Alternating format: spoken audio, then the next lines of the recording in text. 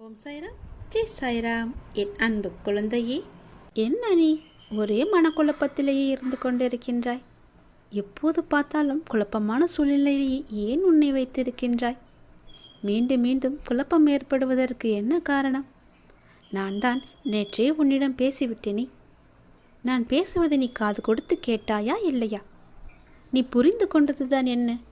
நீ என்னத்தை புரிந்து கொண்டாய்? வினைகளை எப்படி தீர்க்க வேண்டும் என சொல்லி தந்தேனே, கேட்டாயா அல்லவா? ஏன் கேட்க மறந்தாய்? ஏன் நீ மறந்து போனாய்? அது போன்ற ஒன்றை செய்ய முயன்று ஏன் வருத்தப்பட்டு கொண்டிருக்கின்றாய்? நான் வேண்டாம் என்றும் சொல்லியும் ஏன் அதையே நினைத்து கொண்டிருக்கின்றாய்? உன் அப்பா பேச்சை நீ கேட்க மாட்டேன் என்ற முடிவிலேயே இருக்கின்றாயா? நீ மிகவுமே ஆசைப்படும் விஷயம் உனக்கு கிடைக்கப் போகிறது என்றுதான் நான் அப்பொழுதே சொல்லிவிட்டேனே. இருந்தும் தேவையில்லாமல் ஏன் உன்னை நீயே வருத்து கொண்டிருக்கின்றாய்? வருத்தப்பட்டு கொண்டிருக்கின்றாய்? தேவையே இல்லாதது. என் பேச்சை நீ கேட்பாயா மாட்டாயா என்று எனக்கு ஒரு சத்தியம் செய்துத்தா. அப்பொழுதுதான் நான் நம்புவேன்.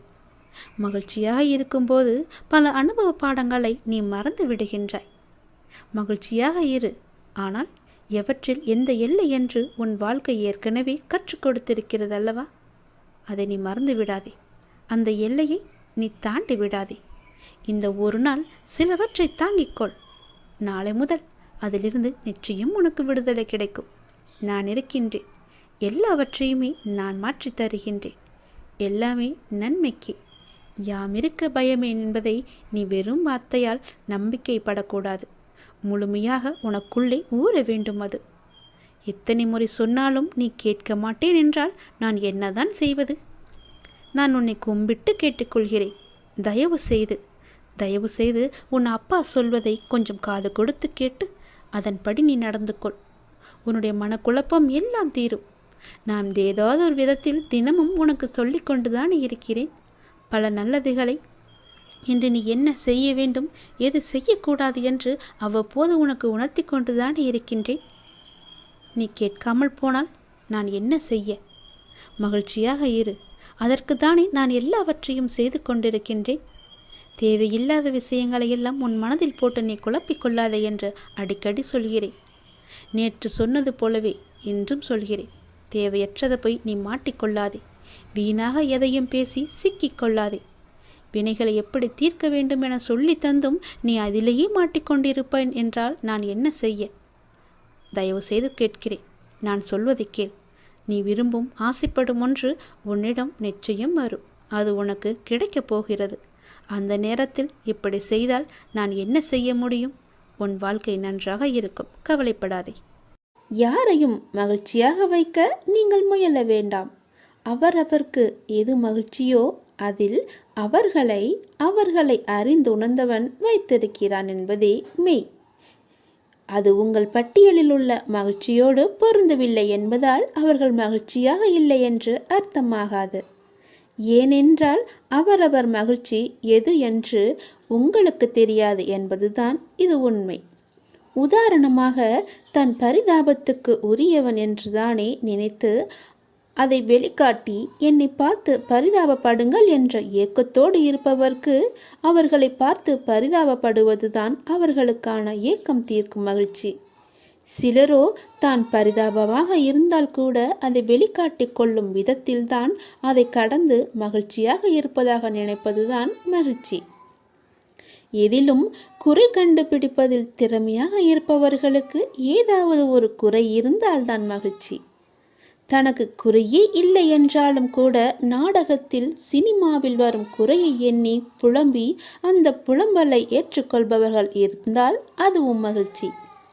இப்போது கஷ்டம் இல்லாவிட்டாலும் இறந்த காலத்தில் கடந்த கஷ்டங்களை நினைத்து வருத்தப்படுவது அவரவர்களுக்கு ஓர் மகிழ்ச்சி. வருமா நடக்குமா என்று தெரியாத ஒன்றை குறித்தே சிந்தித்து இப்போது இருக்கும் நிம்மதியை கெடுத்து கொள்வதில் சிலருக்கு மகிழ்ச்சி. என்னதான் தன்னிடம் எல்லாமே இருந்தாலும் இல்லை என்று சொல்லவும் காட்டவுமே சிலருக்கு மகிழ்ச்சி. இப்படி உங்கள் பார்வைக்கு மகிழ்ச்சி இல்லாதது போல தெரிந்தாலும் அப்படி இருப்பதுதான் அவர்களுக்கு மகிழ்ச்சி என்பதை உணர்ந்து அறிந்தவன் அவர்களை அவர்கள் விருப்பம் போல வைத்திருக்கிறான். அதிலிருந்து அவர்களே விழிப்புணர்வு பெற்று வெளிவந்தால்தான் உண்டு. இவற்றை எல்லாம் கடந்து நீங்கள் என்னதான் உங்களின் மகிழ்ச்சியை இழந்து இழுத்து வந்தாலும் அவர்கள் அப்படி இருந்ததில் அடைந்த நிறைவான மகிழ்ச்சியை உங்களால் தர முடியாது. எனவே உங்கள் மகிழ்ச்சியில் நீங்கள் பூரணமாக இருங்கள். உங்கள் மகிழ்ச்சியின் தன்மை பிறரை கவனிக்க வைக்கும்.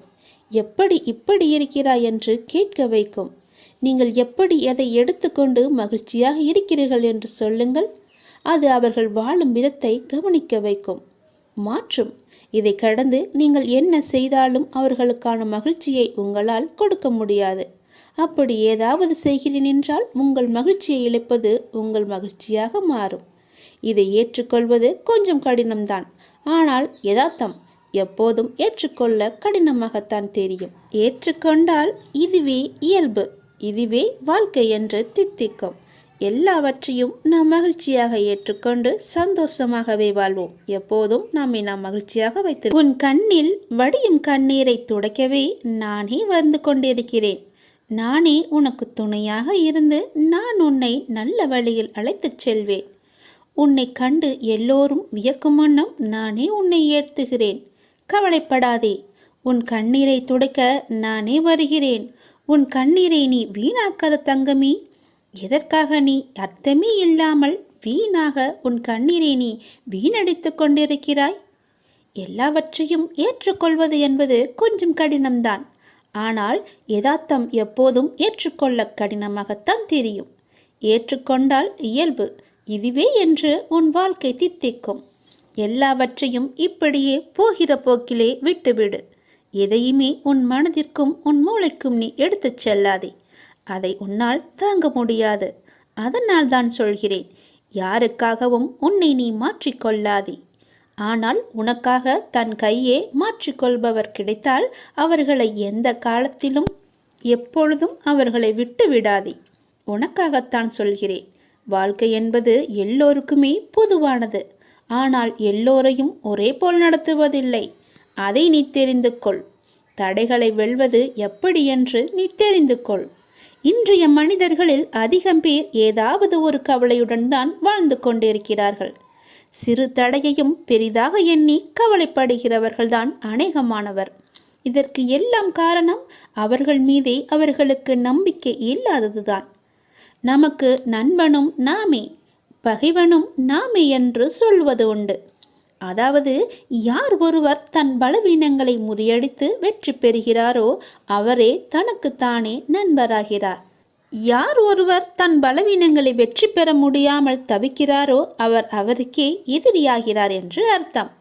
பெரும்பாலான நிகழ்வுகளை ஆராய்ந்து பார்த்தால் ஒவ்வொரு தடையும் ஒவ்வொரு வெற்றியை மறைத்து வைத்து அதனுள்ளே இருக்கிறது என்பது நீங்களே தெரிந்து கொள்ளுங்கள். அதில் 1000 அர்த்தங்கள் இருக்கிறது என்பது உங்களுக்கே புரியும். அதுபோன்றுதான் தோல்வியும். தோல்வி என்பது நம்மை மாற்றி அமைத்து கொள்ள வேண்டிய அறிவிப்பு என்று கூட சொல்லலாம். செல்வத்தை இழப்பது ஒன்றையும் இழப்பதாகாது. உடல் நலத்தை இழப்பது வேண்டுமானால் சிறிதளவு இழந்ததாகும். ஆனால் நம்பிக்கை இழப்பது எல்லாவற்றையுமே இழந்ததற்கு சமம் என்று சொல்வார்கள். தடைகளை வெல்வது எப்படி? அப்படிதான் நீங்கள் கேட்கிறீர்கள். இதை நமக்கு எறும்புகள் கற்றுத் தருகின்றன. நன்றாக ஆராய்ந்து பார்த்தால் உங்களுக்கே அது தெரிய வரும். ஒரு எறும்பு தன் வாயில் நீளமான உணவுப் பொருளை சுமந்து கொண்டு சென்றது. தரைவழியே சென்று கொண்டிருந்த அந்த எறும்பு ஒரு வெடிப்பை பார்த்துவிட்டு திடீரென்று நின்று விட்டது. மேலே செல்ல முடியாமல் தவித்தது. சிறிது நேரம் கழித்து தான் சுமந்து வந்த இரையை வெடிப்பின் மேல் வைத்து சுமந்து வந்த இரையை நன்றாக பாருங்கள், சுமந்து வந்த இரையை வெடிப்பின் மேல் வைத்து அதன் மீது ஊர்ந்து சென்று வெடிப்பை கடந்தது. பின்பு அந்த இரையை கவ்விக்கொண்டு சென்றது அந்த எறும்பு. எறும்பின் அறிவு வியப்பை அளிப்பதாக உள்ளது என எழுதியிருந்தார் ஒரு ஆராய்ச்சியாளர். துன்பம் ஏற்பட்டால் அத்துன்பத்தையே பாடமாக வைத்து நாம் முன்னேற வேண்டும் என்பதுதான் இந்த எறும்பிடமிருந்து நாம் கற்றுக்கொள்ள வேண்டியது. ஒரு மிகச்சிறிய உயிரான எறும்பின் தன்னம்பிக்கை நமக்கு இருந்தால் கூட போதும். எந்த தடையையும் வெல்ல முடியும். கவலையும் காணாமல் போய்விடும். எத்தனை தடைகள் குறுக்கிட்டாலும் உள்ளத்தில் நம்பிக்கை மட்டும் இருந்துவிட்டால் உங்களின் வெற்றியை யாராலுமே தடுக்க முடியாது. எவ்வேற்பட்டவர் வந்தாலும் தடுக்க முடியாது. எத்தனை சூழ்ச்சிகள் செய்தாலும் தடுக்க முடியாது. தன்னம்பிக்கையை கொள்ளுங்கள். தடைகளை எல்லாம் கடந்து நீங்கள் வெற்றியை சுவைப்பீர்கள். பொறுமையை விட மேலான தவமும் இல்லை, திருப்தியை விட மேலான இன்பமும் இல்லை, இரக்கத்தை விட உயர்ந்த ஒரு அறமும் இல்லை, மன்னித்தலை விட ஆற்றல் மிக்க ஒரு ஆயுதமும் இல்லை. தோல்விகள் பல சூழ்ந்தாலும் இருளை விளக்கும் கதிரவன் போல அதனை நீக்கி அடுத்தடுத்த வெற்றி படிகளில் காலெடுத்து வையுங்கள். முடியும் வரை அல்ல, உங்கள் இலக்கினை நீங்கள் எப்போது அடையும் வரையோ அதுவரை நீங்கள் முயற்சித்து கொண்டே இருங்கள். உங்கள் வாழ்வில் நிச்சயமாகவே விடியல் விடியும். அந்த விடியல் விடியும் வரை முயற்சித்து கொண்டே இருங்கள். அது வெகு நாட்கள் இல்லை, கூடிய விரைவிலேயே அது உங்களுக்கு கிடைக்கும். முகமலர்ச்சியோடும் நம்பிக்கையுடனும் எழுந்து புத்தம் புது நாளை துவங்க உங்கள் எல்லா வல்ல இறைவன் உங்களுக்கு அருள் புரிவார். என்னுடைய ஆசி முழுவதுமாகவே நீ கலங்காதே. உனக்கான நேரங்கள் தொலைவில் இல்லை, அது உன்னை தேடி வந்து கொண்டு இருக்கிறது. பிள்ளைகளின் நலன் எல்லாமே விரைவிலேயே சீராகும். நான் கம்பீரமாக உனது மனதிலும் உனது இல்லத்திலும் அமர்ந்து கொண்டிருக்கிறேன். பயபக்தியோடும் உண்மையோடும் ஆன்ம உணர்வோடும் கண்ணீரோடும் நீ என்னிடம் செய்கின்ற பிரார்த்தனைகளை நான் கேட்டுக்கொண்டு தான் இருக்கிறேன். நான் அளிக்கும் பதில்களை உன்னால் புரிந்து கொள்ளாமல் முடியாமல் போய்விடுவதால் தான் உன் மனம் போன போக்கிலே நீ சுதந்திரமாக நடந்து கொண்டிருக்கிறாய். என்னை தட்டி கழித்து விடுகிறாய். அதனால்தான் நான் செய்கின்ற பலனையெல்லாம் உன்னால் அடைய முடியவில்லை. உன் விருப்பப்படி செய்யவும் நடக்கவும் வாழவும் நான் உனக்கு சுதந்திரம் கொடுத்திருக்கிறேன். அதனால்தான் என் செய்கைகளை புரிந்து கொள்ளாமலும் எனக்கு கீழ்ப்படிந்து நிற்காமலும் உனது சுயமான போக்கின்படி உன்னால் நடக்க முடிகிறது. இந்த சுதந்திர உணர்வுதான் உன்னை இந்த அளவுக்கு கீழே இறக்கி வைத்திருக்கிறது. கீழே இறங்கிவிட்டோமே என்று வருத்தப்படுகிறாய்.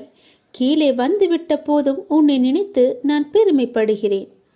உனது இரக்கமுள்ள குணம், பிறருக்கு உதவ வேண்டும் என்ற உன்னத மனோபாவம், இந்த நிலையிலும் பிறர் கஷ்டப்படுவதை காண சகிக்காத மனம், இவையெல்லாம் இருக்கும் இடத்திற்கு விசுவாசத்துடன் நடந்து கொள்ள வேண்டும் என்று நினைத்து அதன்படி நீ நடந்து வந்ததால்தான் கீழ்நிலைக்கு இறங்க நேர்ந்தது என்று நீ நினைக்கிறாய்.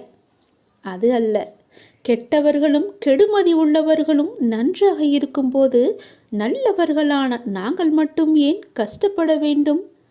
கஷ்டத்தை மட்டுமே ஏன் கடவுள் எங்களுக்கு பரிசாக தர வேண்டும் என்று நீ நினைக்கிறாய். உன்னை போல நல்லவர்களும் இப்படித்தான் புலம்பிக் கொண்டே இருக்கிறார்கள். இது இன்றோ நேற்றோ தொடங்கி நடந்து வருகின்ற விஷயமல்ல.